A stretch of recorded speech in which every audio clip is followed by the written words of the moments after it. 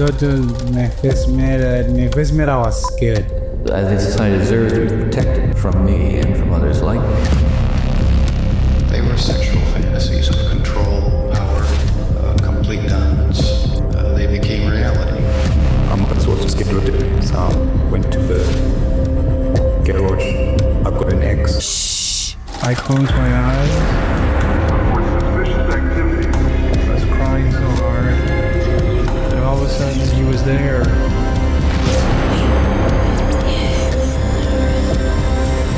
was the only thing that gave me any satisfaction. I am a human being and I killed human beings.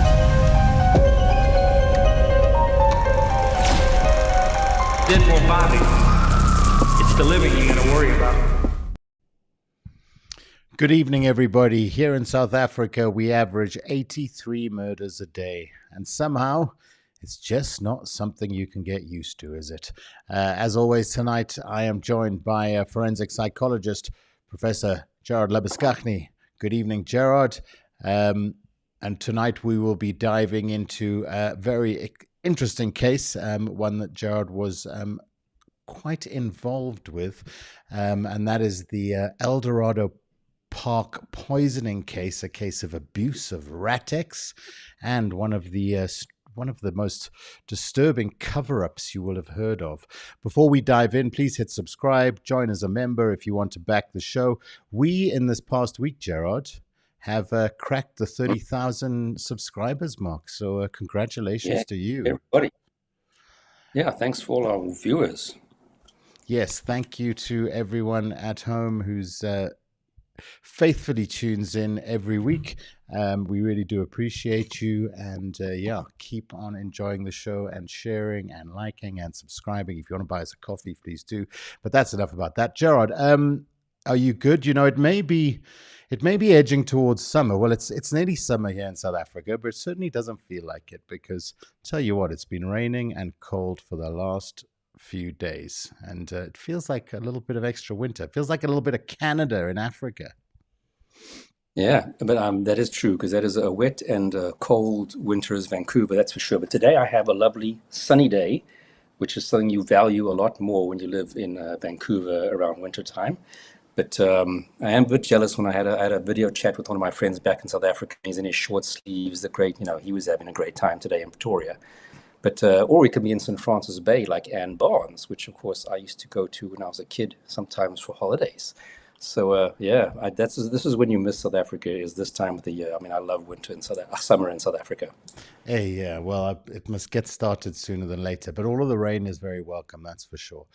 We've got a bunch of people joining us on the chat. That is Tanis Engel just became a member. Thank you. Good evening from St. Francis Bay. We've got Marlene saying hello. We've got Fish Addict saying hi, Dar. Good evening. Hi, everyone. We'd like to invite you to submit your comments and questions. I'll make that look a little bit nicer throughout the show. I have stacked up some questions from the comments that we've been piling up over the weeks as well. And if we have time towards the end, we'll jump into some of those. But obviously, comments and questions relating to tonight's case and any just general questions you'd like to ask, we'll save 10 minutes at the end for some general Q&A as well tonight, I think, Gérard. So tonight we're talking about a case which takes us back to, well, what's become a very, even I think in retrospect, even stranger to reflect back on, and that's the COVID days. One of those cases that seemed to get kind of lost in COVID. Doing my research today and yesterday for the case, it's quite staggering when, it's such an interesting case, but you just can't find anything anywhere in the media, for example. And I think that might have had something to do with COVID. What's the story here, Gérard? Yeah, I mean, I think I agree with you. I mean, this case was discovered, let me put it that way. You'll see why we say that in a moment, in August of 2020, which is slap bang in the middle of COVID. Remember, lockdown started, I think, end of March. So I think that was one of the reasons. And that's the only reason I can think of, because normally when there's cases where women have murdered their partners, It tends to get, I think, a reasonable amount of tension. But even at the trial, I mean, there wasn't even like, I Googled, sentence of Annerize Smith murder, and there was nothing. So some cases, but we even saw that with some of our old serial murder cases. If it was like a slow case that didn't ever kind of get to the attention of the outside world, that there's a serial, we catch a guy, he goes to trial, we would also have like no journalists in the courtroom. So it just depend on the case. But I do think that COVID, people were focusing on a lot of other issues than a body discovered months after the incident took place.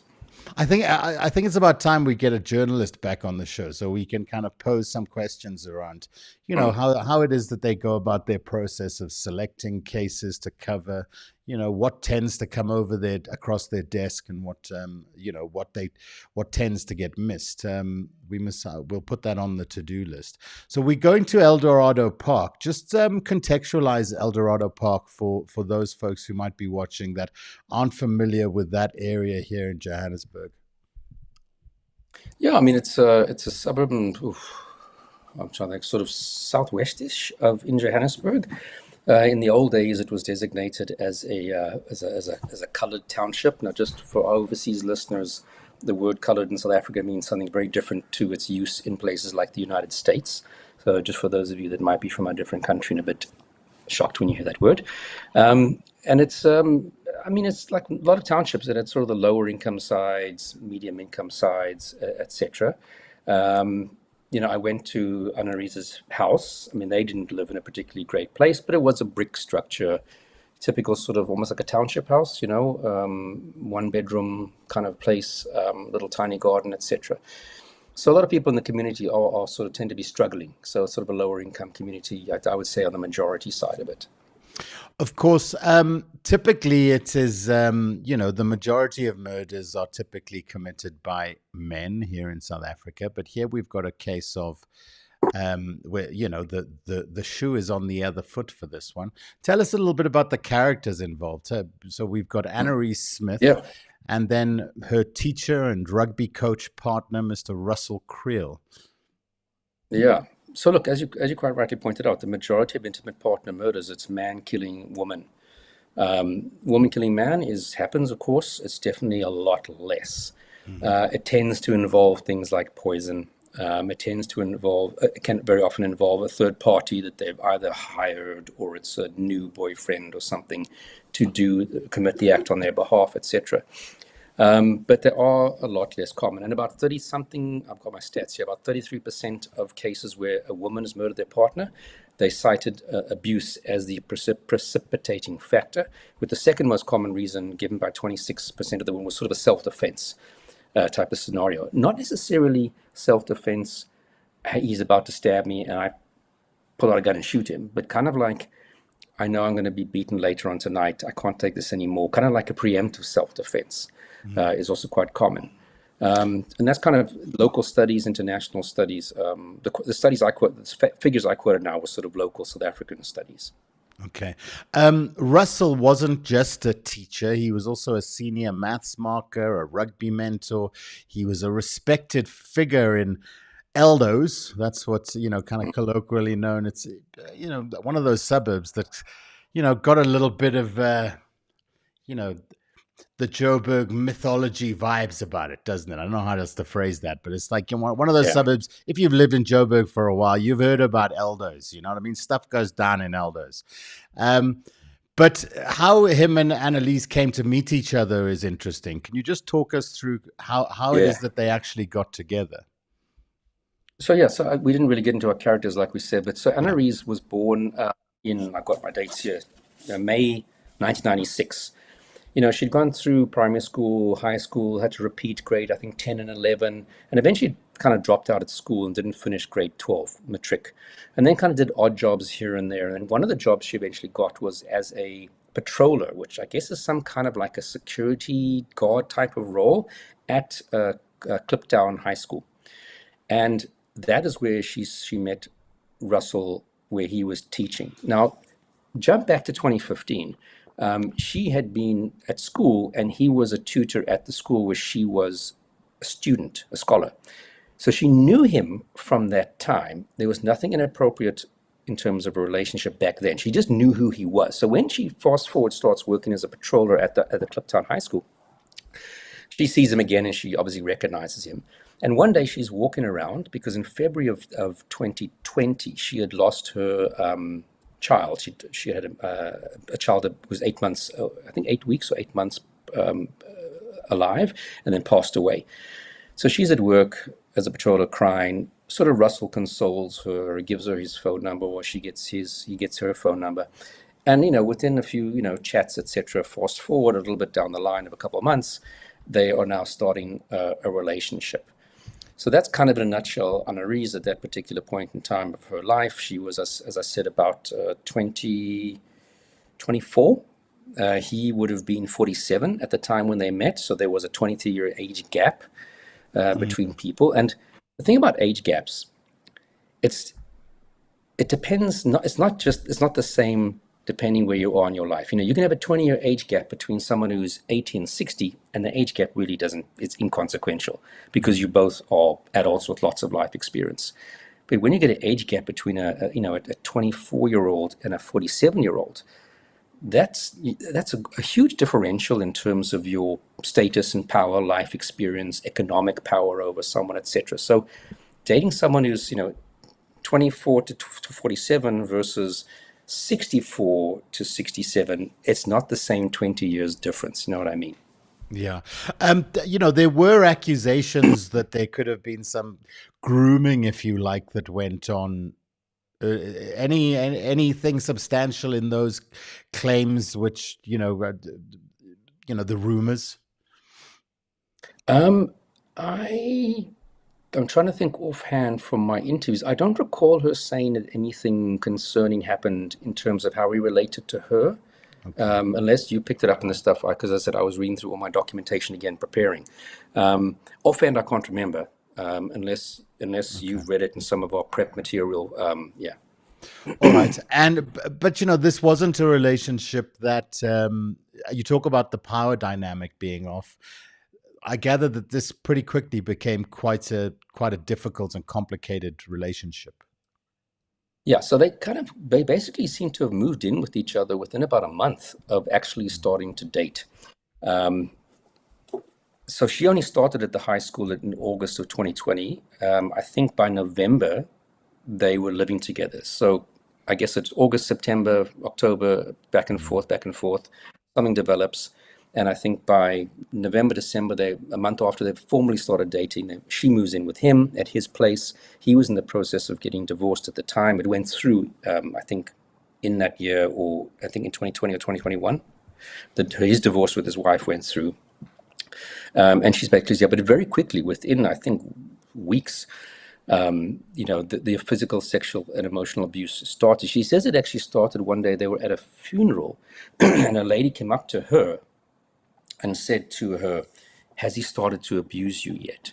And Russell saw this lady talking to him. Now, we're not sure who that lady was, but Russell saw this lady talking to her, then sort of afterwards stormed out, "Why is she talking to you? What did she say?" And from that point onwards, the actual abuse, ironically, then started. And like I said, it was physical, sexual abuse. He would really beat her quite badly, in the time. And there was a lot of substance abuse by Russell. And this was also stuff that his ex-wife confirmed, that there was kind of exactly the same physical, psychological, and emotional abuse that took place during her marriage, and that he drank a lot. And often it was during the context of drinking that he would then engage in abusive behavior. So alcohol is drug of choice, nothing else in the mix there.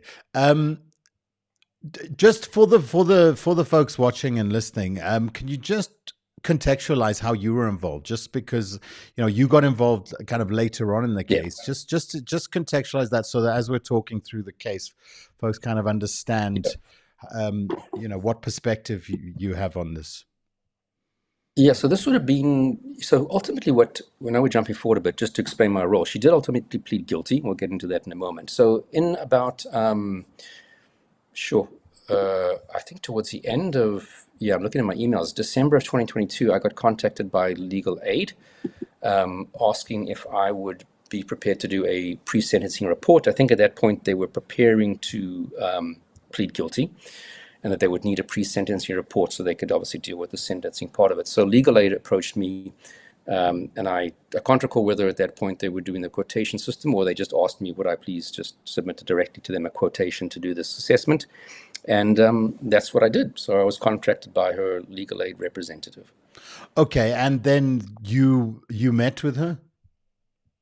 Yeah, so if I recall correctly, I had 2 lengthy interviews. She was on bail. At that point, she had a small child. Her child was born end of, I think by 2022, I think the child was born. February. Anyway. So she was out on bail. And so I saw her at the legal aid offices twice. Then I went to interview her mother at the house where she had been staying at the time of her arrest with her mom. And then I also spoke to, it was, I just want to check whether she was a church lady. Let me just check here in my report. Her pastor, who had known her for many, many years. And then, of course, I had the docket information, etc. Okay. Okay, we'll talk a little bit more about the interview when we get there and the trial and what happened kind of post the incident. But let's not rush too far ahead. Talk to us about the abuse that she was kind of going through in more detail. What was really going on inside that household, and you know how much at the end of her tether was she at the time that the incident occurred? You know, what kind of state of mind was she in around the time that the incident happened? So there's 2 things you've got to understand. She came from a household where there was rampant domestic violence by the father towards the mother for years, which involved alcohol. So what she's experiencing then in her own home is kind of with Russell is kind of a parallel of what she'd lived through and seen her mom go through, etc., in her own life. And that's always going to impact how you deal with domestic violence. But as is not uncommon in these cases, there was a lot of sexual jealousy. So literally, she was out and she came back, he would want to sniff her underwear to see if she had been unfaithful to him. So lots of accusations about unfaithfulness, and just her not doing everything he wants exactly as he wants it done. So this controlling behavior to the T. And he would kick and punch and slap and hit. So it was a lot of hands-on physical violence that she had to then try and cover up so people wouldn't notice it. Okay. And were there incidents where she'd reported his behavior prior to the primary incident? No, and that's again so common in domestic violence. And that comes back to, you know, how you experience domestic violence as a child growing up in a household, you know, what you saw. If you saw that your mother tried to do something, but your father then just beat her even worse, that would influence how you'd respond. I think he did also threaten that he would do something to her mother if she left. So you have those controlling behaviors. And this comes back to this whole dynamics that you are a 47-year-old man, she's 24, you have work, you have a job that's relatively good and stable. You don't really have much of a stability in terms of your economics, etc. So, and then of course you throw in your personality. So, no, it's not uncommon, and I don't think that people in those environments like Eldorado Park are really expecting the police to help them. You know, those police stations are very well known for not being good on various levels, from corruption to incompetence to lack of funding. So, you know, for us who live in the suburbs, we often still think of the police as an option and the courts as an option to turn to. For the majority of our population in South Africa, they're not. They're not actually a factor that's going to help you get over this, get out of this situation. Yeah. Okay, I'd like to invite everyone who's joined us for the live tonight. If you'd like to drop any questions or comments on the case, please do so. Please also, if you're a new visitor to the channel too, please hit like and subscribe. You're welcome to become a member, or you're welcome to share a super like if you'd like, or buy us a coffee. Gerard, so prior to the actual, so tell us what happened in the build-up, in the days leading up to the to the main incident.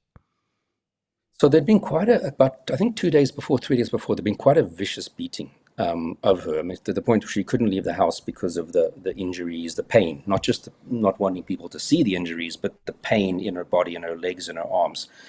So they had a rat problem at the house where they stayed, which was his house. He also had, I think, some Doberman dogs two dogs that lived at the house. So he'd come home one evening and he brought rat poison, carbamate, and he was going to use to kill the rats. And he said to her, you got to prepare food. And she was still in a lot of pain and suffering from the previous beating. And I think the minute she could have kind of hesitated, he went off at her again. And then she just decided, I'm going to use this rat poison and put it in the food. So she mixed the food, made the food, mixed the rat poison in. He ate it. And kind of like by 2-3 o'clock that morning, he's starting to exhibit the symptoms of carbamate poisoning, which has a lot of gastrointestinal stuff. So you start to vomit, you start to diarrhea. It's a neurotoxin. So eventually your body kind of slowly shuts down. If I'm correct, I mean, rat poison, it essentially like dehydrates the rat, doesn't it? I mean, so you'll put rat poison down and then find them kind of rock hard around the garden. Am I right? Am I wrong? It's a horrible way, not a nice way to go, is the point. It depends. I mean, a lot of this stuff, they call it two-step because they say if you take it, you take 2 steps and you die. So it's a very fast, typically these types of poisons, carbamate and organophosphates are very similar in nature. And they're very quick acting and effective. But obviously, human being, rat, depends on the dosage, how big you are, etc. So he starts to feel worse and worse. He's starting to sweat. He's throwing up. He's got diarrhea. The body is shutting down. She gives him water when he asks. He's eventually like lying on the tiles to cool down. And eventually, I think she gets him back into the bed or he passes away on the floor. She gets him back into the bed, covers him with the blanket. And then this is something the judge did comment on later. What really kind of freaked him out is that she then lived in the house for a week. I don't think in the same room, I think in a separate room, if I recall correctly, before she kind of then decided, I'm got to leave. And of course, in that time, it was, when did the murder, we said the murder occurred in May. So it was kind of getting cooler. But if you have a body that's inside, the temperature isn't as cold as outside. If you have a body that's covered, it's on a bed and it's got a blanket over it, we wear blankets because it traps heat. That's why it warms us up. So you have a body that's decomposing and having a blanket on top of it's going to kind of speed up that process. So the body was decomposing definitely after a week. It's going to be smelly. And as we'll get into in a moment, the body was only discovered quite a bit later. So she leaves after a week and goes back to her mom's house and says, Russell's got COVID. I don't know if she said they'd broken up. I think she just says he's got COVID and he'll let me know when I can go back. So from that point on, and this is again one of her downfalls, and I'll tell you how she could have got away with this.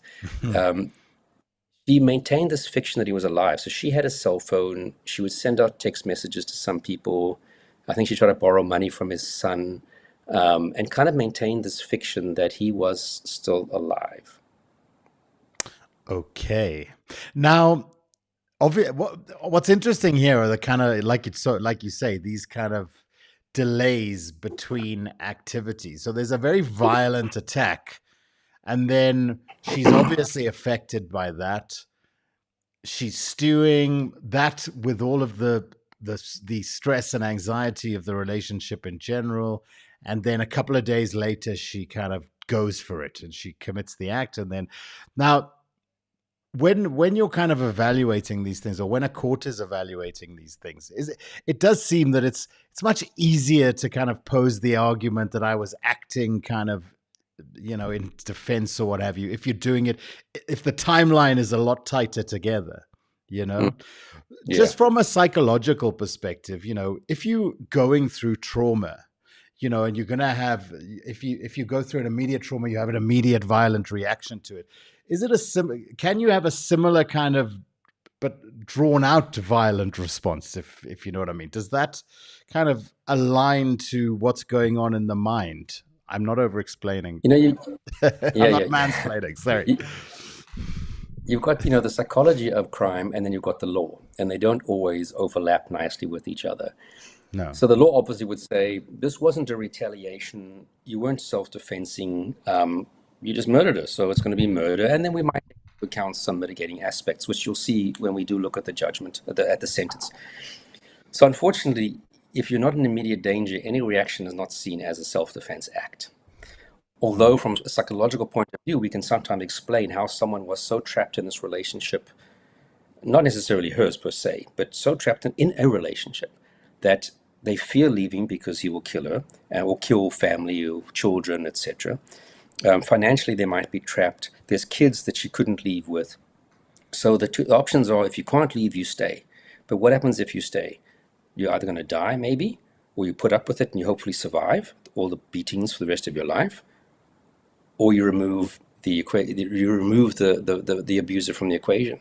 Yeah. So that's psychology talking, but the courts, you know, if you're lucky, they'll take that into account. Yeah.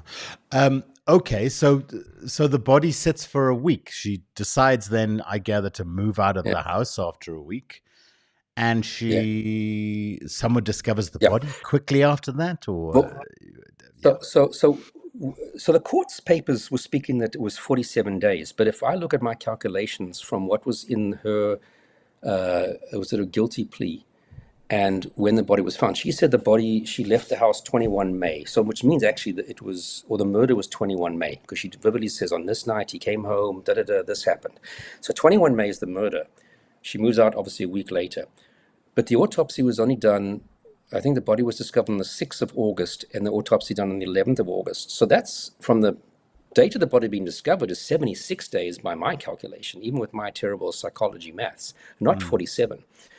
So in that 67 days, like I said, she maintained this fiction that he's at home, he's got COVID, and I'll go back there maybe later. As I said, I can't recall whether she said she'd broken up with him when she went home, or she just said, I'll go back there whenever. But she's maintained this fiction with his cell phone that, he's still alive. And I think at one point she even then said later on, he's going to go visit his sister, or somebody passed away in the family. She, according to the court, was drinking heavily at that time herself. She wasn't really much of a drinker, but then she started to drink. Was seen going out with friends. And again, it's COVID, so nobody's really doing much, You're not really going out a lot. You're not really allowed to do much, etc. So him not being at work, well, it was COVID. Schools weren't operating really, etc. So nobody's really going around knocking on the door, wait, what you up to kind of stuff. Everybody was very focused on their own life. So eventually, work colleagues started hang on a minute, what's going on? A work colleague goes by his house and sees the dogs are outside and they're looking emaciated and starving. I don't know whether she'd been back at all to ever feed the dogs, because they could definitely not have lived for 60-something days. But eventually, it was kind of we can't get all the Russell. The dogs are there. We've got to do something.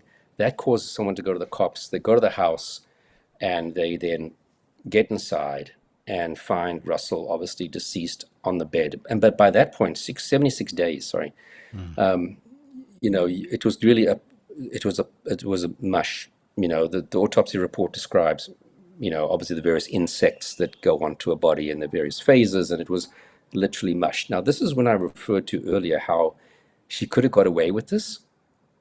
She was being too clever. By maintaining the fiction that he's alive, when they find the body, they're going to know, but hang on a minute, this person couldn't have been sending SMS messages or WhatsApp messages, because this person has been dead for X amount of time. Automatically, you're going to say this is a suspicious death.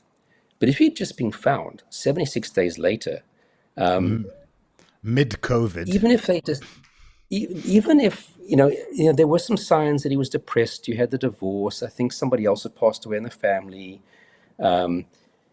So people, if they found this body, might have just decided, shit, maybe he died of COVID. And, I don't even know whether they knew to test for carbonates, because normally you only test for things like that if you suspect poisoning. You don't just automatically test and normally you're testing the stomach contents for the poisoning, for the poison. Yeah.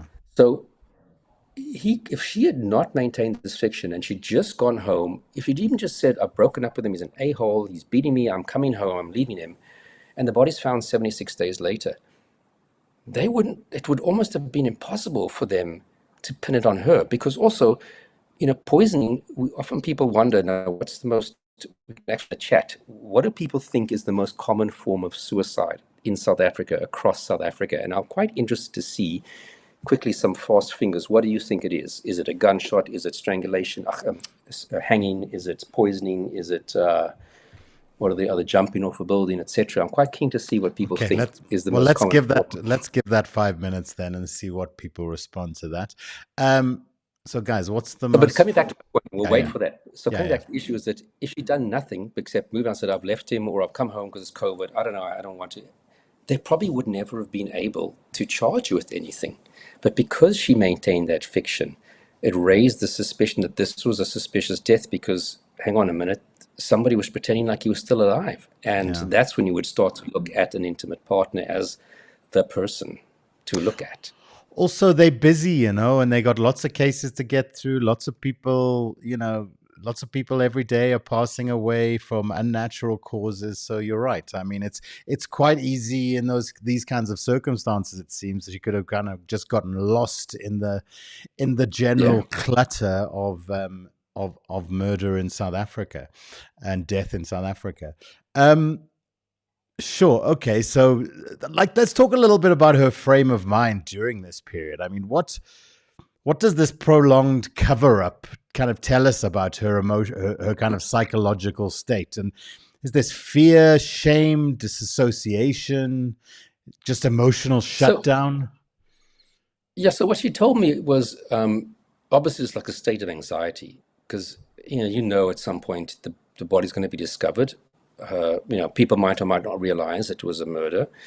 It's just a state of anxiety, which I think is why she started to drink a lot. And I think what's the realization, I could go to jail if I'm caught. And I think that's why you perhaps saw this behavior, like just trying to be out there, busy, not thinking about it, So it's just a state of anxiety about this whole situation in the body, which will eventually be discovered.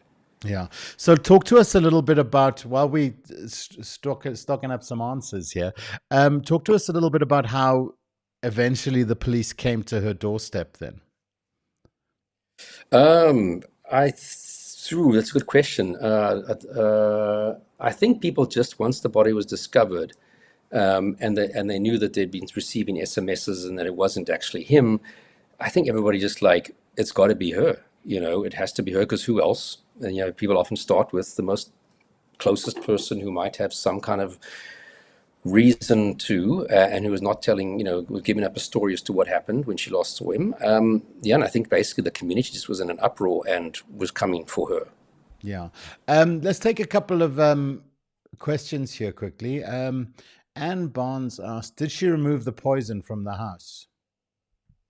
To my knowledge, no, she just left it in the house. Okay. Remember, Russell had bought it himself. She hadn't bought that poison. It was Russell who brought it home for the rat problem they had. Okay. Was he unfaithful to her? Marlene asks.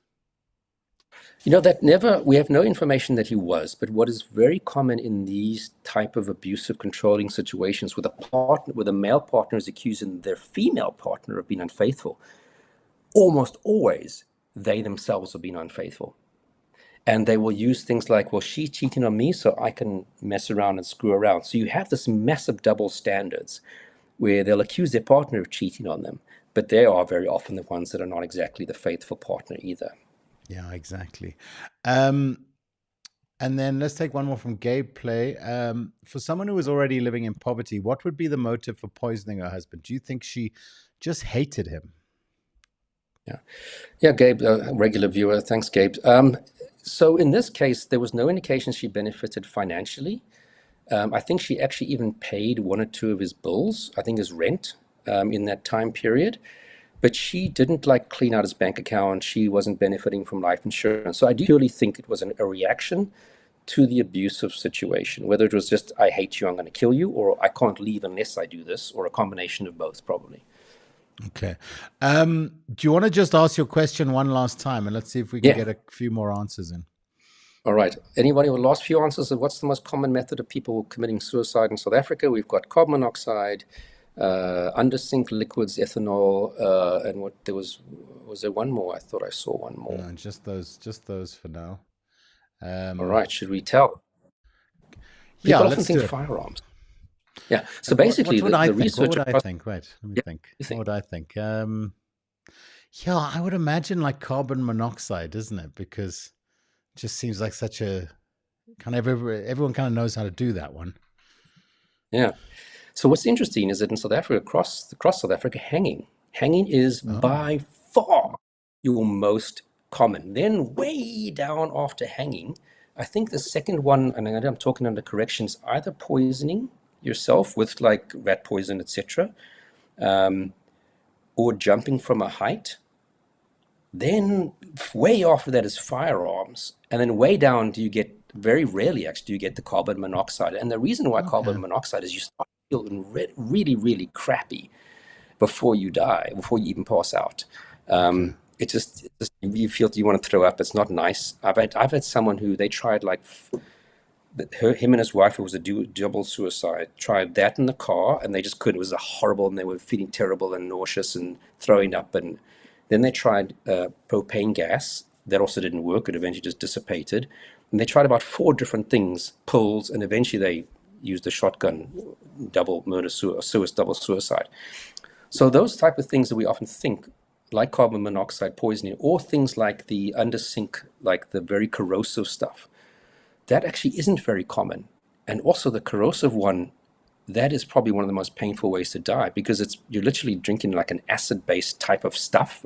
I know acid and alkaline is not the same thing, but it burns you from the inside. It would be one of the most painful types of deaths you could ever have from a suicide point of view, is taking things like drain cleaner. Things that people often don't realize are very lethal is like taking a bunch of Panado. People often think, I'm going to have a parasuicide attempt, I'm going to take 50 Panados and then tell someone. The problem is, once that Panado is taken up by your body, you're going to have a very long and phenomenally painful death.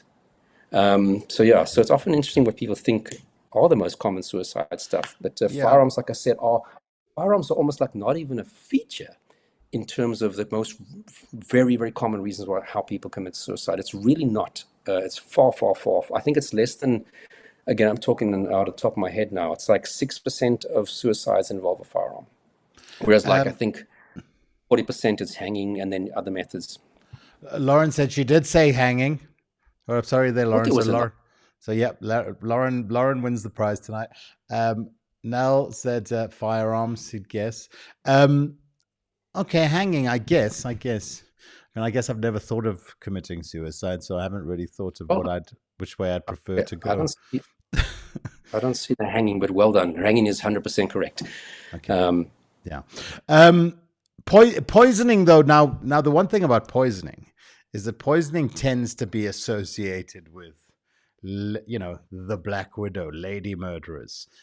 Is there a correlation there? Is poisoning disproportionately a method used by women?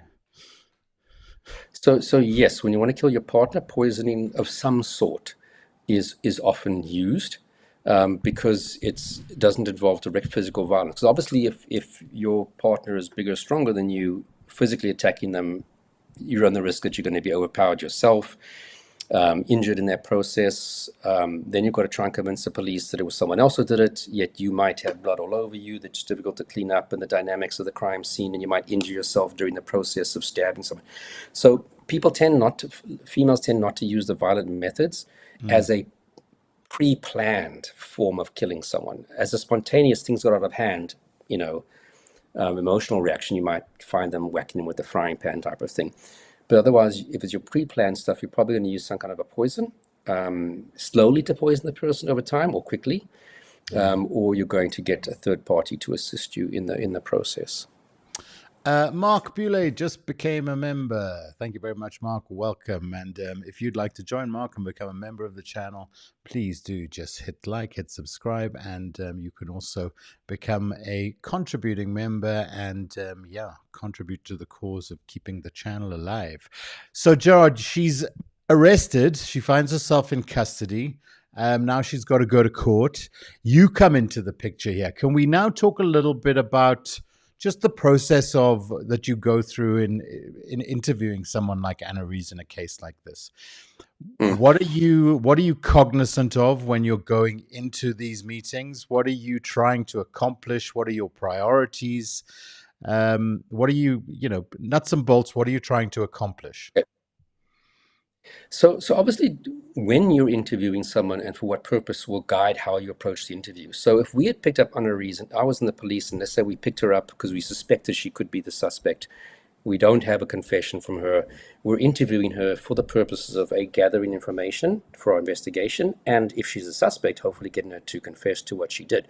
So that interview would be approached quite differently from your strategy, but also from the legal requirements of what you have to tell her beforehand. If I think she's a possible suspect, I have to warn her in terms of the constitutional rights that you are a suspect. Whereas this is an interview for the purposes of gathering information to prepare a pre-sentencing report. So obviously, the information I'm looking for is going to be very, very different to what I was trying to find out from her if it was an interrogation from a pre-arrest point of view or arrest point of view. So here, my goal is to determine what is her level of risk to society for repeating violent offenses. So that's my job because it's sentencing. We're trying to convey to the court, is she a high risk for reoffending or not? And that's one of the questions that the courts want to consider when they give their sentence. So remember, my report isn't to tell the court you should give it 12 years, and this is why, because the court takes into a whole bunch of factors. The psychological assessment part or risk assessment part is one of maybe 10 things that they are going to consider when they formulate their sentence. So I'm purely focusing on that. So I used a structure called the HCR20. Now, of course, HR, historical, clinical, and risk assessment tool, which has 20 different risk factors that I'm looking at that are evidentially research-based, known to be associated with a risk for reoffending violent crime. So that's what I looked at, and therefore that guides what questions I'm going to ask and what information I'm going to be gathering. So, so that's what I used. That's my interview is focusing on those 20 risk factors, trying to find if the evidence for those exist from her, from the documentation that we have from the case file, from her mother, from the pastor, and whoever else I feel could perhaps shed a light, because obviously we have to know that people might not always be open and honest in their information. And that would guide what I was then going to be preparing. Now, what's interesting is that although I said my risk assessment psychological report is going to say covering one of 10 things that the court is going to consider, the other things they're going to consider, of course, is punishment. You committed a crime, you need to be punished.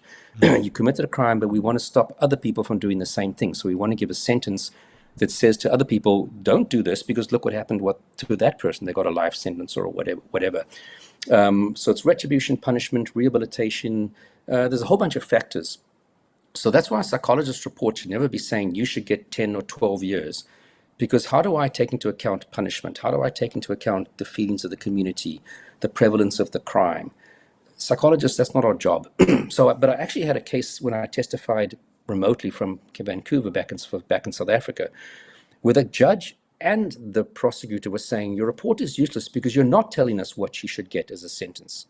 You're not telling us whether she should or shouldn't go to jail, which is actually absolutely the wrong things, because that's their job. It's the judge's job to say, based on all this information, I think you should get 10 years, 12 years, 15 years.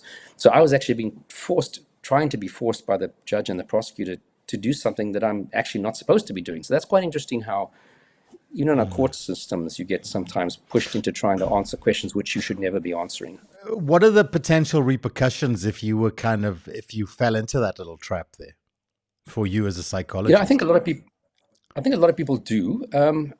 I think the only way I could get into trouble is if the accused person then reported me to the Health Professions Council saying I kind of went beyond, what's your psychological assessment to get to that number? Yes or no to jail and for this amount of years.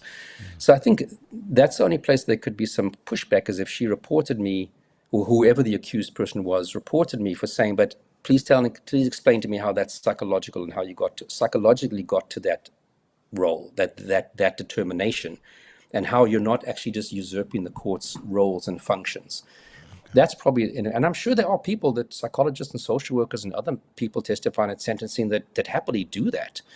The closest I've ever agreed to do that is when the lawyer that hired me for another case said, these are the only 4 options available for this particular person for the crime they committed. It's correctional supervision, it's a suspended sentence, it's this, it's that. Can I at least comment on what are the pros and cons of each one for this particular individual? Okay. So at least I wasn't saying he should or shouldn't get this one or the other. And if it is a jail, he should or shouldn't be going for 10, 5, whatever amounts of years. So that is the closest I've ever come to and that was just literally going through the various options that the court had only in front of them and saying the pros and cons in terms of this particular individual. Would this help him be rehabilitated? Would it not, etc.? I did jump the gun a little bit and talk to kind of get to the sentencing phase. Let's just go back and can you just quickly summarize what were the kind of primary aspects of the case that came up in court, and what is it that actually got her convicted, essentially? Yeah. So just remember, because she was going to plead guilty, there's no trial in the sense of evidence being presented. If you plead guilty, you and your lawyer draw up a guilty plea based on the indictment, the charges against you, because your guilty plea obviously has to address those charges in all their elements. And you can put whatever information in there about, this is what happened, blah, blah, blah. And then if the prosecution is happy with that and accepts it, it gets presented to the judge. And then very often, if the prosecutor is happy with it, the judge kind of just says that, do you confirm, Annerize Smith, that this is what you've in your guilty plea? Is this correct and accurate? And she'll stand up and say, yes, my lord. And then basically the judge finds her guilty. So the judge doesn't see anything else about the case except what's in that guilty plea. The judge isn't given a copy of the docket to read through also. So all the judge would know is what's in that, and this could be like a 3 or 4 page document. I can't remember how long Annerize's guilty plea was. And then we go directly into the sentencing phase where the prosecution call witnesses for aggravation and the defense can call witnesses typically for mitigation. And it's just the sentence part that's fought out. So there's no, in this case, there was no psychological assessment by Sterkfontein, because those psychological assessments are only to determine, can she stand trial? Was she mentally ill at the time of the incident? Or is there something wrong now that we can't put her on trial? Is she mentally ill now? And we have to wait until she's back to health before the trial can continue. So there's typically not, in most cases, a psychological assessment. So the only assessment she got from a psychological point of view would have been mine, not the state wouldn't have had theirs. She wouldn't have been sent for Sterkfontein. Okay. I just want to take a little bit of a sidebar and just talk about something ask you your opinion on something that's come up in the chat. We posed our question, what is the most common form of suicide in South Africa? A little quiz. And the reason that we weren't noticing people's comments is because it seems like the algorithm was editing those comments, so was dropping some of the commentary from the dialogue. And last week's episode, I think we were talking a lot about rape and abuse, and that's one of those words that you need to be wary about saying, because you're going to get your episode demonetized here on YouTube. And obviously this is one of those cases as well. Because everybody who said hang, their comment is removed by the algorithm. So we have some smart viewers. That's the first thing, is we have some smart viewers who are correct. But I mean, I don't think the conversation that we're having here is kind of anything but responsible and around a real world incident where we get to actually talk about this issue and to unpack it with kind of a leading expert and kind of media commentator.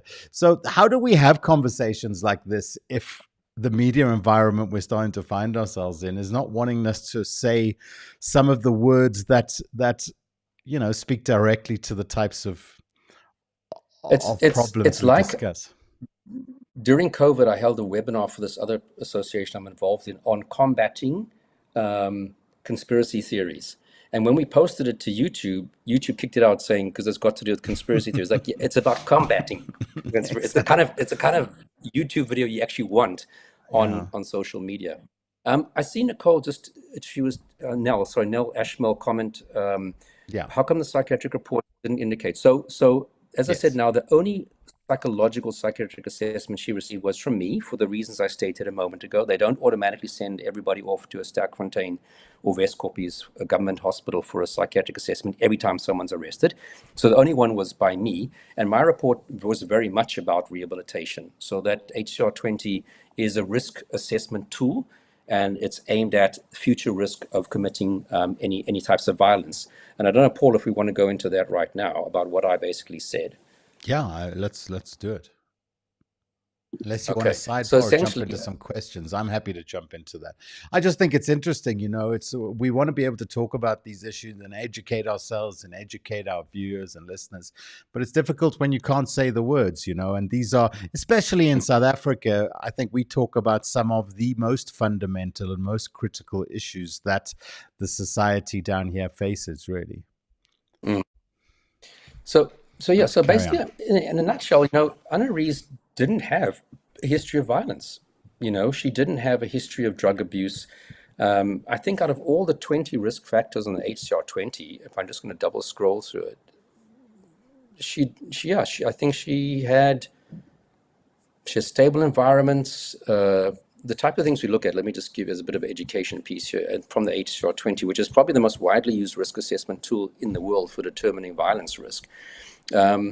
There's no history of violence. There's no antisocial behavior like she generally robs, lies, cheats, and steals.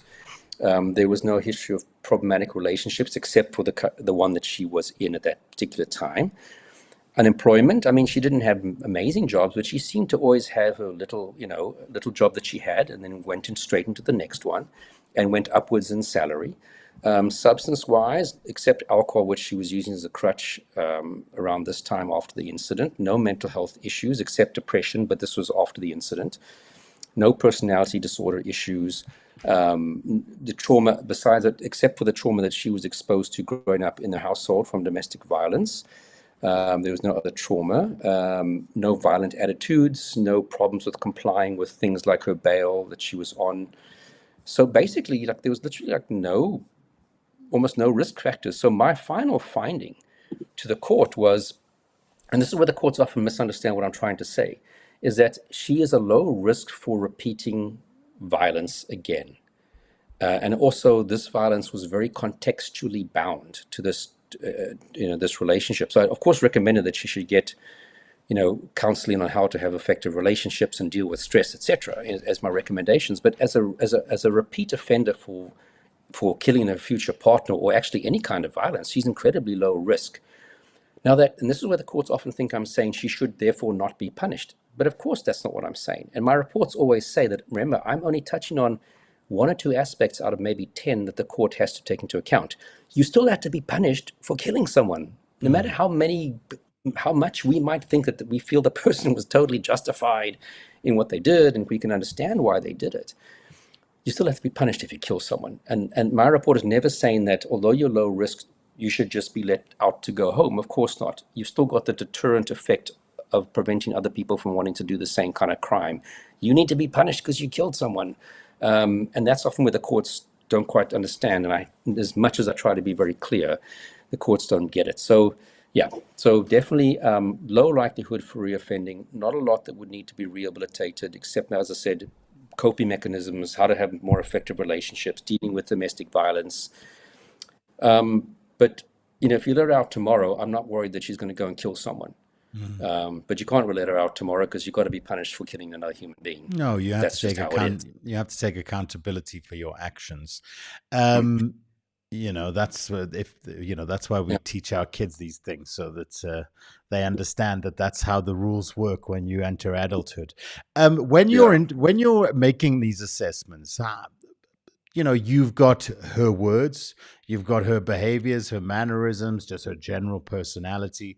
How are you what factors are you kind of leaning into? How are you evaluating this person? It's not just what they're saying, is it? Is it a combination of, and how do you hone that skill? Yeah. So essentially, like I said, I'm guided by these risk factors that I quickly skipped through from the HCR20. I'm trying to find information that answers those questions. So yes, of course, the person you interview is a direct source of some of that information, but you can get a lot of this information from alternative sources like the docket, maybe. Does she have a criminal record? No. Has she ever been arrested? No. From her mother, from the pastor, etc. So it's not like there's some magical process from the interviewer going, yeah, she's not at risk. I'm looking for information that's helped me answer those 20 risk fact questions about, does she have any evidence of any of these in her background? And like I said, very often we'll even do risk assessments without ever interviewing the person in question because they don't want to be interviewed, as long as you can have information to address those issues. So a lot of people think that a risk assessment of this nature is a psychological, you've got to do some psychological testing, otherwise you're not going to get your answer. No, in fact, I never do psychological testing when it comes to doing a risk assessment of this nature, because I'm looking for evidence-based risk factors. Are they present in this person's life? And if they're not, the person's going to be low risk. So this is quite empirical. It's not kind of like, oh, she said that, I'm going to make a note of that phrase. That's damning. Yeah, so it's not like I sit there and at the end of it, I just kind of like, no, she's not a risk. Okay. That's this gut instinct clinical, and that's research has proven that people do that, don't get me wrong, but the research has shown us that that's like no better than 51% accurate. You may as well flip a coin if you're going to do that kind of a risk assessment. What we call clinical risk assessment is you're wasting your time and you may as well just be guessing. I've quite gotten into lately in my kind of true crime content watching evolution, quite gotten into these channels where you have body language experts, etc., kind of evaluating, serial killers being interviewed, etc., etc. Where does that fit in here? Is that, how does that sit with you, Gérard, the forensic psychologist? Look, there's a lot of people, there's a lot of people say, well, we analyze body language. The problem with body language is it's also very easy to, if the person is conscious, they can fake it very easily. So you got to be super careful. I mean, it's like the guy bounces his knee all the time. When I'm interviewing him as a suspect, he must be guilty. Well, quite frankly, if the police are interviewing someone in the context of a crime and they think you might be the guy, you should be nervous. I would be nervous. I mean, I was once pulled over at a roadblock driving home one night and I don't drink, so I wasn't worried. So I knew I'm not going to be over the limit when they were doing the alcohol. But was I flipping nervous? Was I stumbling over my words? Was I trying to find my driver's license and I drop it on the floor and I'm absolutely. But I knew I hadn't been drinking, so I had nothing to worry about. So you got to be very, very careful about body language. And is it a science? Can it be a general guide to say we need to explore something further? Yeah, but it's, as you get older and you become an adult, it's not a great predictor of whether someone's telling the truth or not, to be very honest with you. Sorry for anybody out there who feels differently. Some of these channels are getting incredible views, Gérard, so I want a little bit more commentary from you about what it meant that he looked up and to the left, okay? That's got to do with neuro-linguistic programming, that if you're lying or if you look up in this direction, you are searching your memory, which means you're going into something that happened. Whereas if you look at this side, you're creating. I always forget which side am I supposed to be looking at, and is it my left or his left? And you're so busy watching eyeballs that you're not really paying attention to what's being said. I don't know. So neuro-linguistic program, I think there's a little bit more science behind it. But again, is it enough to say, let's arrest this guy or he must be guilty? I mean, that's not going to be, you're not going to be able to use that in court to convict someone. Yeah. It'll never stand up in a courtroom as evidence. Look, there's enough in it that guys like, I don't know, Darren Brown are able to do some pretty amazing things on the telly. Okay, let's go through some questions, shall we? And then, because we've had a few piling up, I wanted to just say hi to Mark again, who said, hello, Paul and Brigadier Labuschagne. Finally managed to join as a proud member of the channel.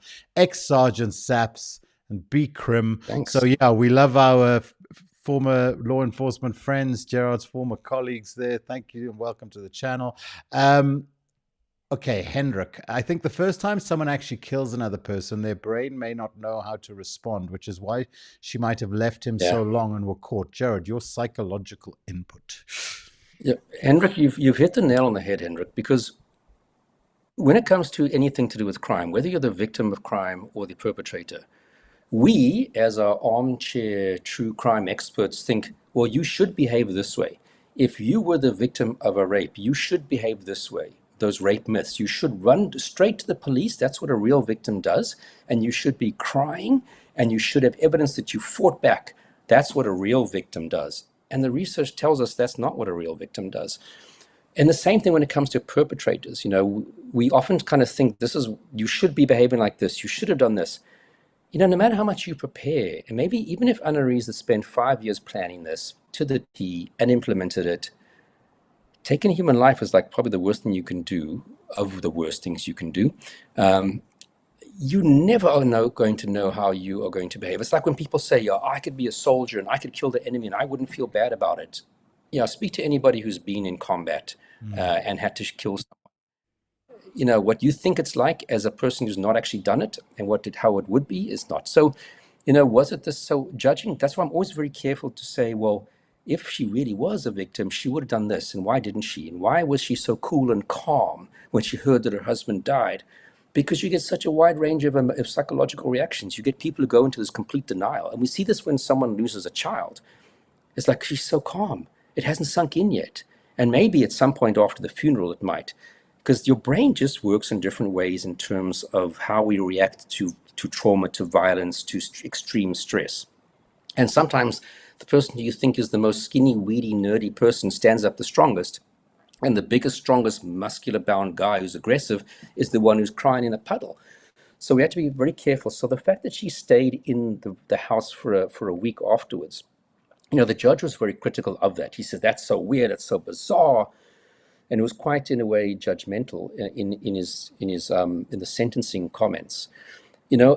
I'm a bit more, I don't know, because you also sitting there going, what the hell have I done? How am I going to get away with this? What should I do? Remember, she only came up with this idea that night at the storm of events where he had brought home the poison. He beat her up again. She'd recently been beat up.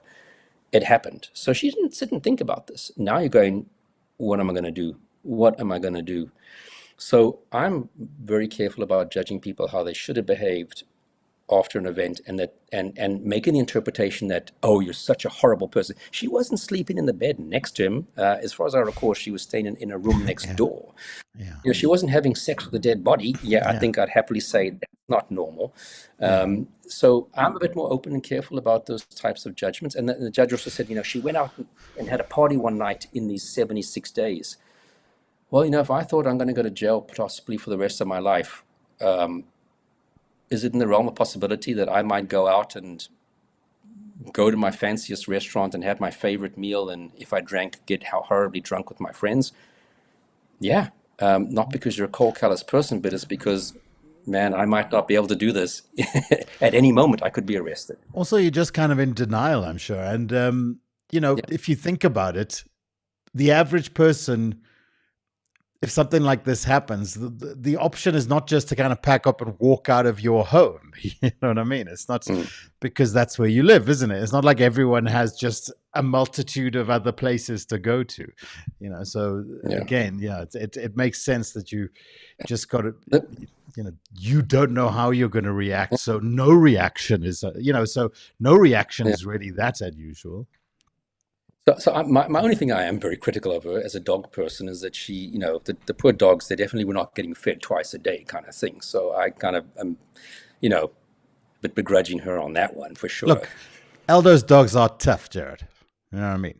The dogs of Eldos. At least hopefully they're eating some of the rats that were running around. I don't know. They're a little bit of a harder breed, that side.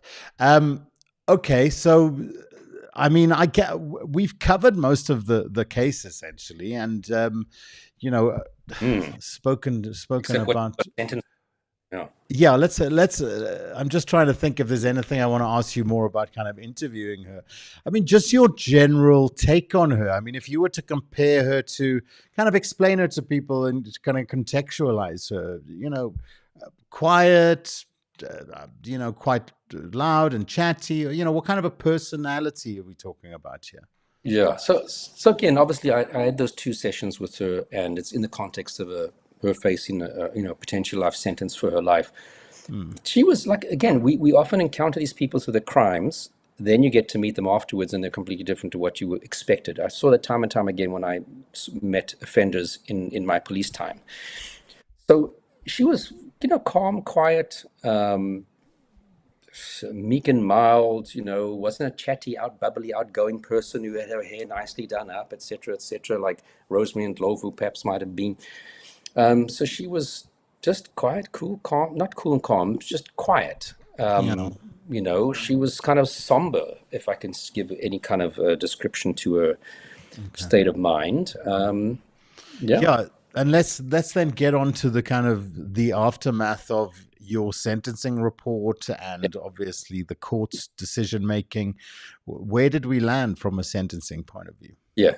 So the sentencing, there was a social worker who did a report.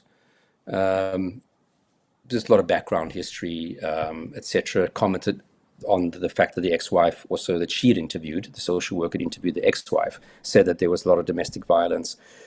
The judge accepted a lot of my points, that background-wise, she doesn't have any of these signs. For him, he focused a lot on the fact that she lied. She covered this thing up and pretended that he was still alive and was out partying on some occasions. So he kind of felt this really, and the dog issue was very much a lack of empathy, although the broader history doesn't indicate that and how she interacted with society. That's why I said she's not a psychopath or have an antisocial personality disorder.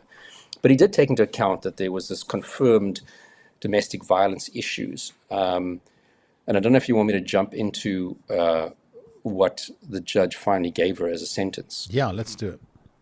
Okay, so basically the judge did find that there was enough of a reason to deviate from the minimum sentence. Remember, if you're convicted of a premeditated murder, now premeditated doesn't mean you spend 5 weeks planning it, but it's more like I made a decision and I started to implement it. So she made that decision, I'm going to kill him. She then took the rat poison, put it into the food and fed it to him. That's going to be seen as a premeditated murder. Doesn't mean it, as I said, it was for many, many weeks that the person was thinking about it.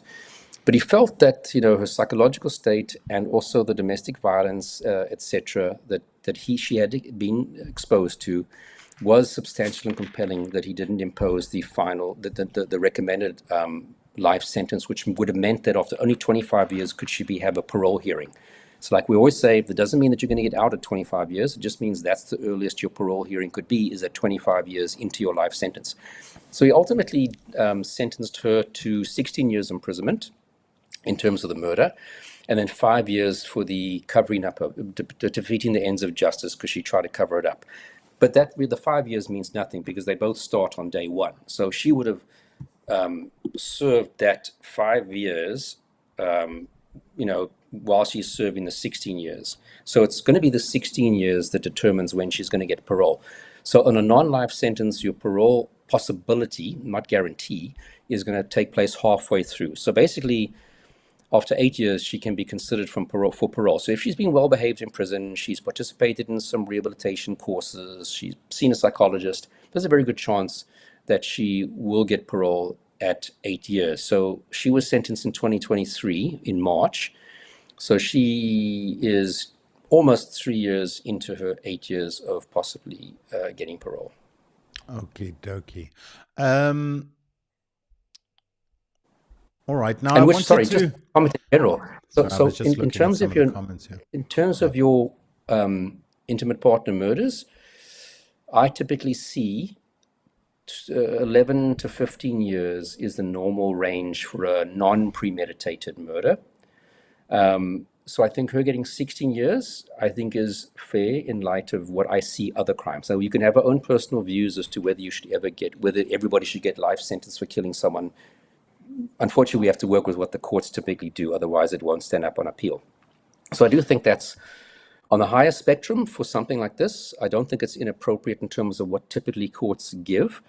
Also, in terms of deviating from the minimum sentence of life, I do think that the judge was quite correct. And the judge in this case, Dario Docio, I knew Judge Docio when he was still a magistrate in Soweto. Sharp legal brain. I had cases where I testified before him many times when I was in the police. He's a very good legal mind, and I'm very glad he's been made a full permanent judge, because he is definitely the kind of judge that we want on our benches. He's a very, very smart guy. So I think how he summed up the sentence was very good and comprehensive, and I do think he gave, in light of the typical sentencing for these cases, a very, very good sentence. Just one aspect of her behavior that we didn't mention, that was the fact that he had a son and she was kind of engaging with some of his family members a little bit, saying things like, he can't talk, when the son was quizzing where he might have been asked. Apparently she might have asked the son for some money as well and things like that. Did that come up? Because that is quite a callous aspect of this. Yeah. So yeah, the judge did comment that the three things that for him mean she has no empathy is that she stayed there for a week after the murder. She maintained the fiction that he was still alive by sending SMSs, interacting with family, and leaving the dogs Okay, fine. to fend for themselves in a yard. So the judge was that those definitely weighed upon the judge as being things that he felt is not great. Okay. I would like to talk a little bit about just, I think we need to wrap up this conversation just reminding folks about the nature of domestic violence reporting and kind of some of the things to be wary of and to be mindful of if you know someone or if you find yourself in a situation where there's domestic violence or abuse going on. Nell asked the question, how come it isn't instinctive to leave such a relationship? I lost my sister due to what her estranged husband did. I've read up on the various abuse syndromes. I don't comprehend it though, and I just think it's the more the more often we can just reiterate some of the issues and challenges around this, I think the better. So just enlighten us it's again often, a little. I think for many of us, we can't understand it. We can't understand why when someone starts to treat you badly, you don't leave. I've struggled to still understand it, but the reality is that there's a lot of people who either because of their own psychological makeup when they enter the relationship, and or the sort of manipulation and control that took place after. Remember, they will often isolate you from your friends and family, so you don't have that support system. Then the abuse slowly starts to creep in, and then of course, if you have children or financial, you're tied to this person. There's all these various psychological and practical things and threats that make it difficult for people to leave. If you leave, I'm going to kill the kids. If you leave, I'm going to kill your mom. So it's a whole web of ways that they control people, and some people, unfortunately, and a lot of people actually just can't get out of these situations. And we have to be very careful not to sort of be judgmental about that, because we aren't them and we're not in their situation. But it just happens all the time, and it's good, upstanding people. It's nothing that the victim or the lady there's something wrong with them. It's just they get stuck into these situations. So, yes, options, of course, there are charities, there are NGOs that help people leave in these situations, from churches to whatever. There are legal mechanisms of course, opening up criminal cases. There are protection orders that you take out in terms of the Domestic Violence Act. But speak to someone. At least find out what your options are. Find out often the threats that people make in terms of, well, you'll never see the kids again. That's a huge threat for a mom. But if you speak to a lawyer, he'll say to you, but there's no way he can do that. Just because you did 1, 2, and 3 doesn't mean that you have no parental rights anymore. So often it's getting information to understand what your situation actually is, or I'm going to cut you off from the money. But if you're still married to someone, they are obligated to support you. So often it's these fears or things that the person threats that actually have no legal basis. They might sound like it might have a legal basis, but the law is very different to what we often think. Specifically when it comes to married partners or people in a relationship or expectations, or even unmarried people, you have to support the child, at least, if anything, if you had a child with that person. So speak to a lawyer, at least know what your legal position is, because that often just is a big step towards knowing actually he can't do all these things he's threatened. And that was one of my biggest concerns. Yeah, but, unfortunately, the reality is around a lot of these circumstances.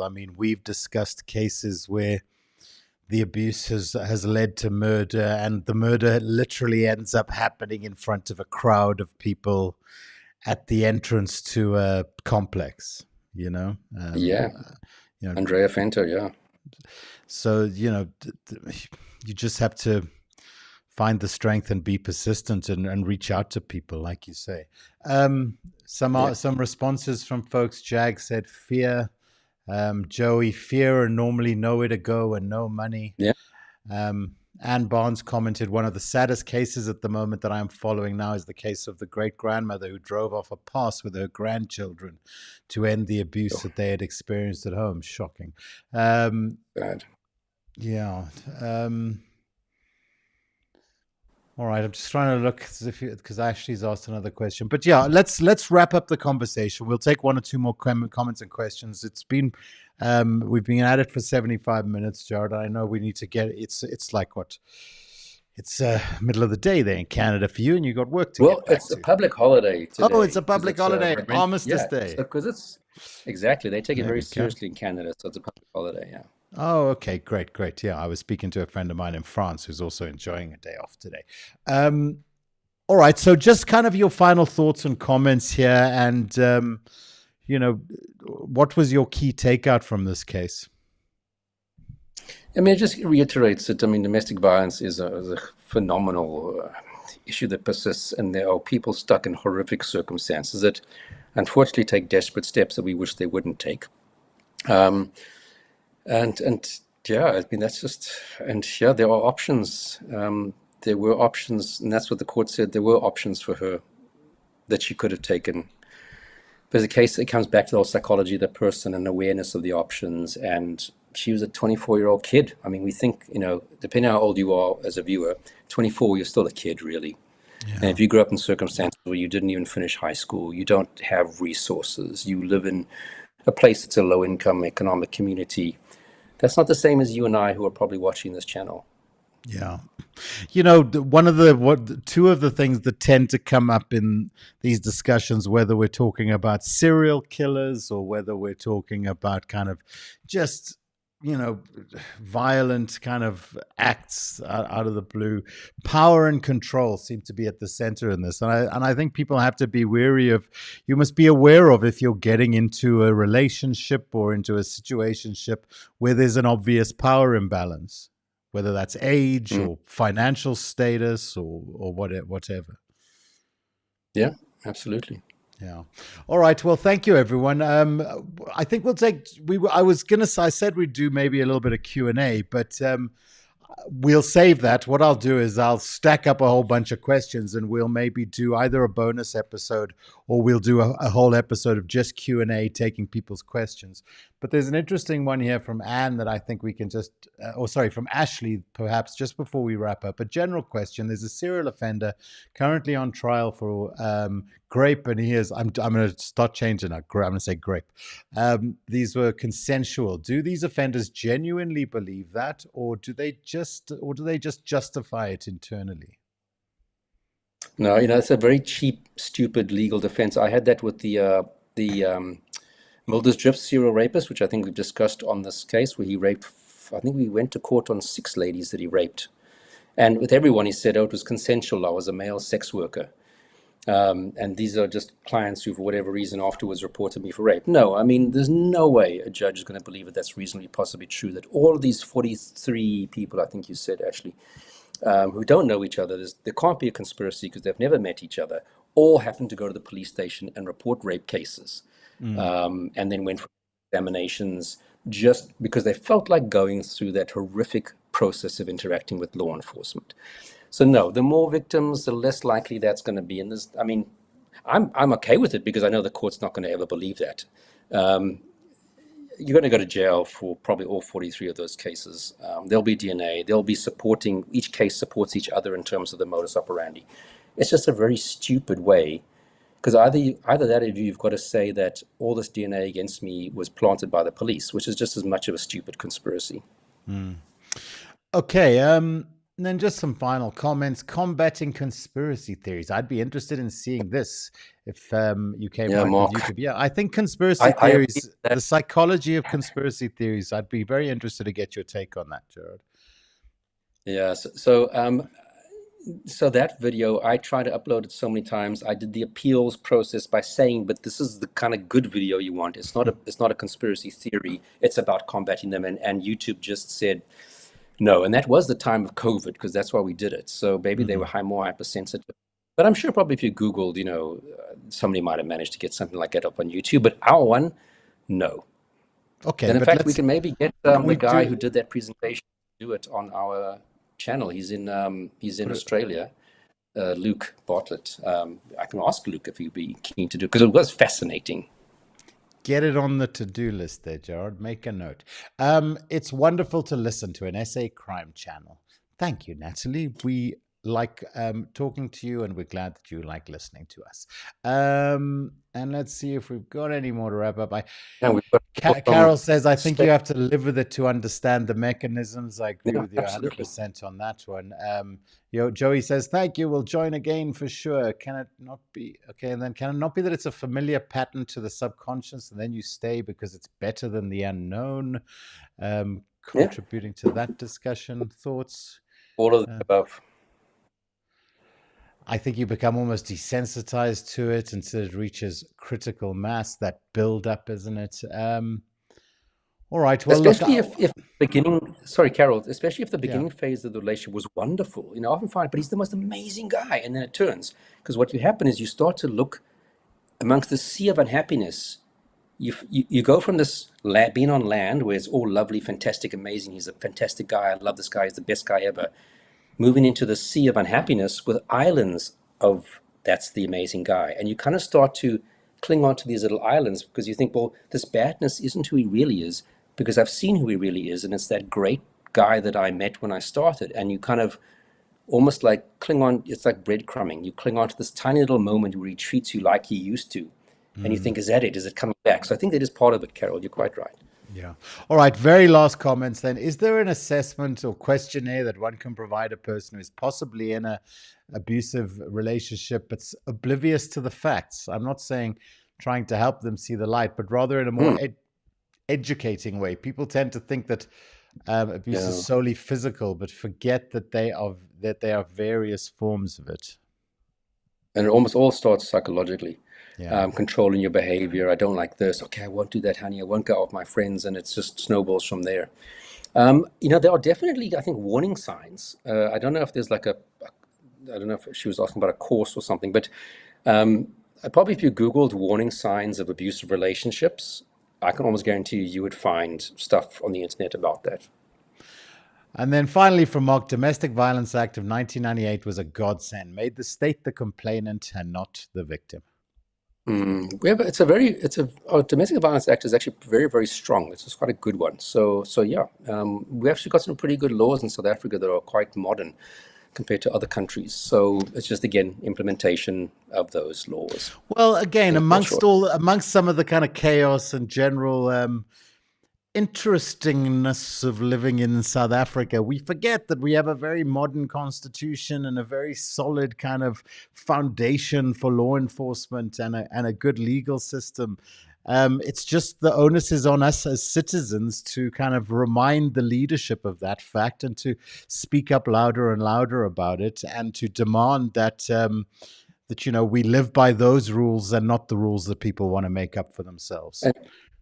If you look at, for example, just to end off that thought, I won't name the country, but a very big country in the world that's going through some very interesting political turmoil.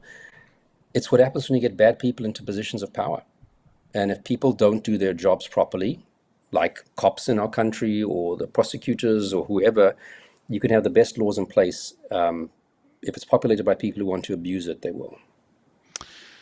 Thank you, Gérard, as always, for taking the time, especially out of your public holiday, Tuesday today there in Canada. You've got hopefully got some nice plans for the rest of the day to relax and do something. I've took my dog for a walk because, like I say, when the sun is shining, when it becomes fall or autumn or winter in Vancouver, you get outside.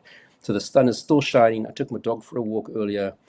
It's a public holiday, so it's 11:24 in the morning. So I'm going to have a nice day. Yeah. Thank you so much for tuning in, everybody. As always, it's lovely to be in your company on a Tuesday evening. It's just nice to have a chat and talk about these things, isn't it? And take some of your questions and comments. Please do send us questions and comments. If you'd like to drop us an email, you can email us at profilerafricainfo@gmail.com. Let me see if I can put the email up there. There we go. Also, if you'd like to buy us a coffee, you can do that. If you'd like to contribute to the show, you can also become a member of the channel. Just hit the join button. Of course, it's mandatory to subscribe just so that you can help us get our numbers up. And if you hit the bell, don't forget that you'll get a notification every time we're posting new content. Thank you, Gérard. I am going to let you go now. And have a great week. We'll be back next week. Same time, same place. We've got a guest then joining us on the 25th. Something to look forward to there because you're going to be away. And some episodes. Freezing minus 40 Calgary. Well, exactly. For Now, that week. you're going to be landlocked. You're going to be kind of inside in the snow. So we're going to have to find cases to talk about. So we can do a bunch of pre-records to keep you busy there. The one I was thinking about was we must also look at we haven't spoken about the Hillbrow birthday rapist. That's a good one. And I think given the discussion today, we should look at a rape case that we haven't covered, so we can tackle some of the issues there and talk more about some of the stuff that we touched on here tonight. So thank you, everyone. Share the episode. Email address up here if you want to drop us an email. And as always, if you're going about your day, all I can say is trust nobody. Simple as that. My first mirror was scared. I think society deserves to be protected from me and from others like me. They were sexual fantasies of control, power, complete dominance. They became reality. This was just getting rid of it. So I went to the garage. I got an X. I closed my eyes. Suspicious activity. I was crying so hard. And all of a sudden, he was there.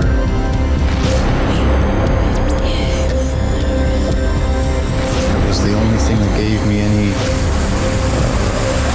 satisfaction. I am a human being and I killed human beings.